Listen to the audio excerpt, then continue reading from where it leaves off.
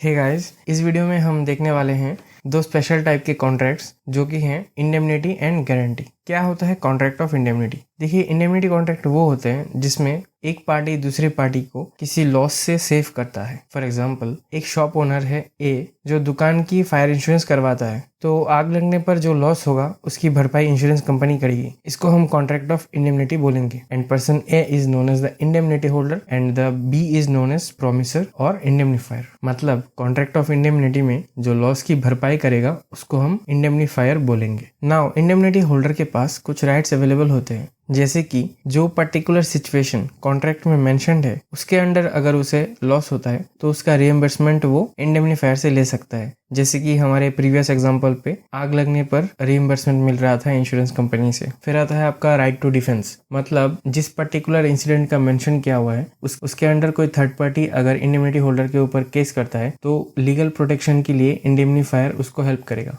Then right to subrogation क्या होता है? एक्चुअली ये इंडेमनिटी होल्डर को नहीं, इंडेमनिफायर को हक देता है किसी थर्ड पार्टी के अगेंस्ट लीगल एक्शन लेने की। फॉर एग्जांपल, एक कंस्ट्रक्शन कंपनी है एंड उसको किसी क्लाइंट का घर बनाने का कॉन्ट्रैक्ट मिला है एंड घर बनाते टाइम कोई भी डैमेज होगा तो उसकी भरपाई कंपनी करेगी। नाउ कंपनी क्या करती है, एक सब कॉन्ट्रैक्टर को हायर करता है। तो वो कॉन्ट्रैक्टर जब घर बनाता है तो नेबर के घर में कुछ डैमेज होता है एंड नेबर क्लाइंट के ऊपर केस कर देता है एंड कंपनी को उसका पैसा भरना पड़ता है। नाउ कंपनी क्या कर सकती है, राइट टू सब्रोगेशन के अंडर उस सब कॉन्ट्रैक्टर के अगेंस्ट लीगल एक्शन ले सकता है।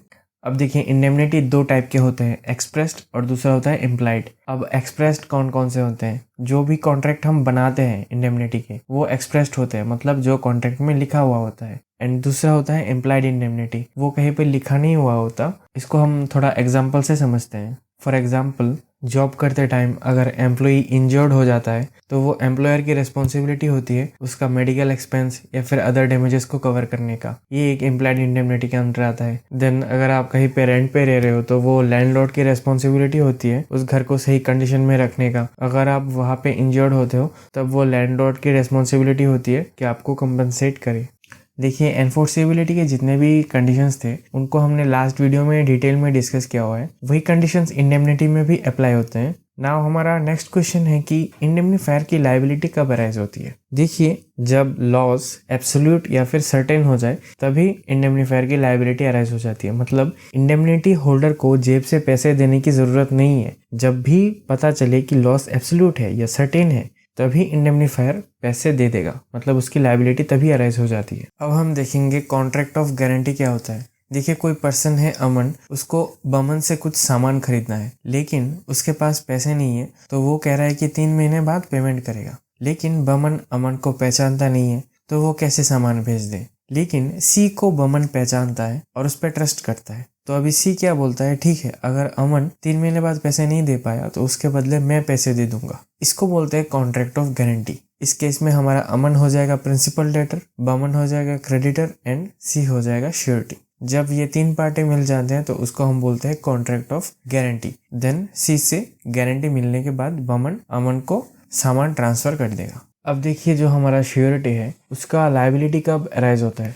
देखिए, कॉन्ट्रैक्ट ऑफ गारंटी में श्योरिटी की लायबिलिटी प्रिंसिपल डेटर के साथ को एक्सटेंसिव होता है। को एक्सटेंसिव का क्या मतलब जितना प्रिंसिपल डेटर लायबल होता है क्रेडिटर के सामने उतना ही श्योरिटी भी लायबल होता है। बस श्योरिटी थोड़ा फेवर्ड डेटर होता है, मतलब अभी श्योरिटी से पैसे नहीं मांगे जाएंगे। श्योरिटी से पैसे तब मांगे जाएंगे जब प्रिंसिपल डेटर दिवालिया हो चुका है, मतलब उसके पास पैसे नहीं है देने को। जैसे कि हमारे प्रीवियस एग्जाम्पल पे अगर अमन के पास 3 महीने बाद पैसे नहीं है बमन को देने के लिए, तब वो श्योरिटी को बोलेगा पैसे देने के लिए। तब श्योरिटी जब पैसे दे देगा तब कॉन्ट्रैक्ट ऑफ गारंटी वहां पे खत्म हो चुका है। अब उसका सेकेंड विंग स्टार्ट होता है, मतलब तब सी बन जाएगा क्रेडिटर एंड अमन बन जाएगा डेटर। इसको हम बोलते हैं इम्प्लाइड इंडेमनिटी। मतलब जब गारंटी में अगर श्योरिटी पैसे दे देता है क्रेडिटर को तब वो खुद क्रेडिटर बन जाता है। वैसे तो गारंटी कॉन्ट्रैक्ट बहुत सारे टाइप के होते हैं, जैसे performance guarantee, advance payment guarantee, retention guarantee, but अभी हम सिर्फ कंटिन्यूइंग गारंटी को समझेंगे। देखिए, कंटिन्यूइंग गारंटी वो होता है जो सिर्फ एक ट्रांजैक्शन के लिए नहीं मल्टीपल ट्रांजैक्शन के लिए वैलिड होता हो। फॉर एग्जाम्पल, कोई हस्बैंड दुकानदार के साथ कॉन्ट्रैक्ट करता है कि उसकी वाइफ 20,000 रुपए तक सामान खरीद सकती है। अब अगर वो महिला 17,000 रुपए तक सामान खरीदती है और उसका पति पेमेंट कर देता है, तो वो कॉन्ट्रैक्ट फिर से रिवॉल्व होगा, मतलब वो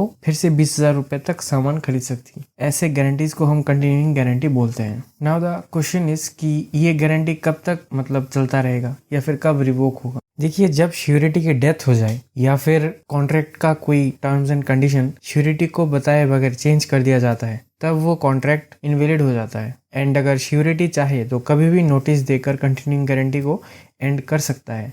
अब श्योरिटी के पास कुछ राइट्स भी अवेलेबल होते हैं, जैसे कि अगर प्रिंसिपल डेटर पूरा पेमेंट कर देता है ड्यू डेट से पहले या फिर ड्यू डेट पर, तो श्योरिटी अपनी लायबिलिटी से पूरा फ्री हो जाता है। सेकंड पॉइंट का मतलब है, अगर प्रिंसिपल डेटर पेमेंट नहीं करता एंड क्रेडिटर उसके ऊपर कोई केस नहीं करता, इसका मतलब ये नहीं है कि श्योरिटी के ऊपर केस नहीं किया जा सकता। श्योरिटी के ऊपर केस हो सकता है despite the forbearance of principal debtor. The third point is, अगर किसी कॉन्ट्रैक्ट में एक से ज्यादा श्योरिटी इन्वॉल्व है, तब अगर क्रेडिटर एक श्योरिटी को रिलीज कर देता है, तब भी बाकी जितने श्योरिटी हैं उनकी लायबिलिटी खत्म नहीं होती, वो तब भी इक्वली लायबल रहेंगे। Now the fourth point is, कोई भी मिसरिप्रेजेंटेशन नहीं होना चाहिए। अगर होगा तो श्योरिटी लायबल नहीं होगा। फॉर एग्जाम्पल, आपने किसी कॉन्ट्रैक्टर को घर का वायरिंग का काम दिया है। वायरिंग करते वक्त कोई इलेक्ट्रिकल इक्विपमेंट डैमेज हो गया, तो आप कॉन्ट्रैक्टर को बोलते हो कि बैंक से एक परफॉर्मेंस गारंटी बना लो, बट बैंक को ये मत बोलना इक्विपमेंट डैमेज के बारे में। फिर बाद में बैंक वो इलेक्ट्रिकल इक्विपमेंट की भरपाई नहीं करेगा, क्योंकि एग्रीमेंट बनाते समय सब कुछ डिस्क्लोज नहीं हुआ था एंड मिसरिप्रेजेंटेशन हुआ था। फिफ्थ पॉइंट इज, जो सिक्योरिटीज प्रिंसिपल डेटर ने क्रेडिटर को दिए थे, वो सब श्योरिटी को मिल जाएंगे अगर प्रिंसिपल डेटर ड्यू डेट पर डिफॉल्ट करता है और श्योरिटी को पैसे देने पड़ते हैं। And lastly, this is the most important point, जो भी गारंटी अमाउंट श्योरिटी ने राइटफुली क्रेडिटर को पे किया था, वो सब वो प्रिंसिपल डेटर से मांग सकता है। यहाँ पर एक वर्ड पे फोकस कीजिएगा, राइटफुली। इसको हम आगे समझते हैं थोड़ा डिटेल्स में। फॉर एग्जाम्पल, ए ने गारंटी दिया था 35,000 रुपए का। मान लीजिए सी को गारंटी दिया कि तू इतने अमाउंट का सामान बी को बेच सकता है, लेकिन सी ने क्या किया, 35,000 का सामान नहीं बेचा, उससे थोड़ा कम अमाउंट का बेचा। बट बी के डिफॉल्ट करने पर सी ने ए से 35,000 ही मांग लिए और ए ने पे भी कर दिया। बट अब ए जो है वो बी से 35,000 नहीं मांग सकता, क्योंकि बी ने 35,000 का सामान खरीदा ही नहीं। तो इसलिए मैं उस पॉइंट पे जोर देने को बोल रहा हूँ कि जितना अमाउंट श्योरिटी ने राइटफुली पे किया था, इस केस में मान लीजिए 20,000 रुपए, वही वो बी से मतलब प्रिंसिपल डेटर से मांग सकता है।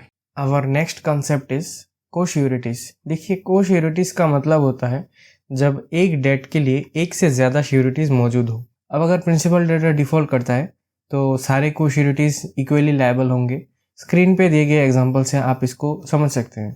बट अगर एक कंडीशन ऐसा भी आ सकता है कि सारे श्योरिटीज अलग अलग गारंटी कवरेज के लिए बॉन्डेड हो, मतलब बी सिर्फ 10,000 रुपए की गारंटी देता है, सी 20,000 की, डी 30,000 की। अब अगर गारंटी अमाउंट 40,000 होगा, तब कौन कितना पे करेगा? बी तो अपना गारंटी अमाउंट पूरा पे करेगा 10,000, बाकी जो 40,000 में से 10,000 घटा के 30,000 अमाउंट बचता है, मतलब सी और डी दोनों इक्वली 15,000 पे करेंगे। अब अगर लायबिलिटी अमाउंट को थोड़ा इंक्रीज करते हैं, मतलब 60,000 होता है, बी तो उतना ही 10,000 पे करेगा उसका जो था, सी पे करेगा 20,000, उसका लिमिट उतना ही है, और डी पे करेगा 30,000, मिला के 60,000 पे कर देंगे। अब अगर हम लायबिलिटी अमाउंट 70,000 कर दें, तब क्या होगा? देखिए, तब भी सेम ही 10, 20 और 30,000 ही पे करेंगे, तीनों मिला के 60,000 पे करेंगे। वो कभी भी अपना कवरेज अमाउंट से ज्यादा लायबिलिटी के लिए पे नहीं कर सकते।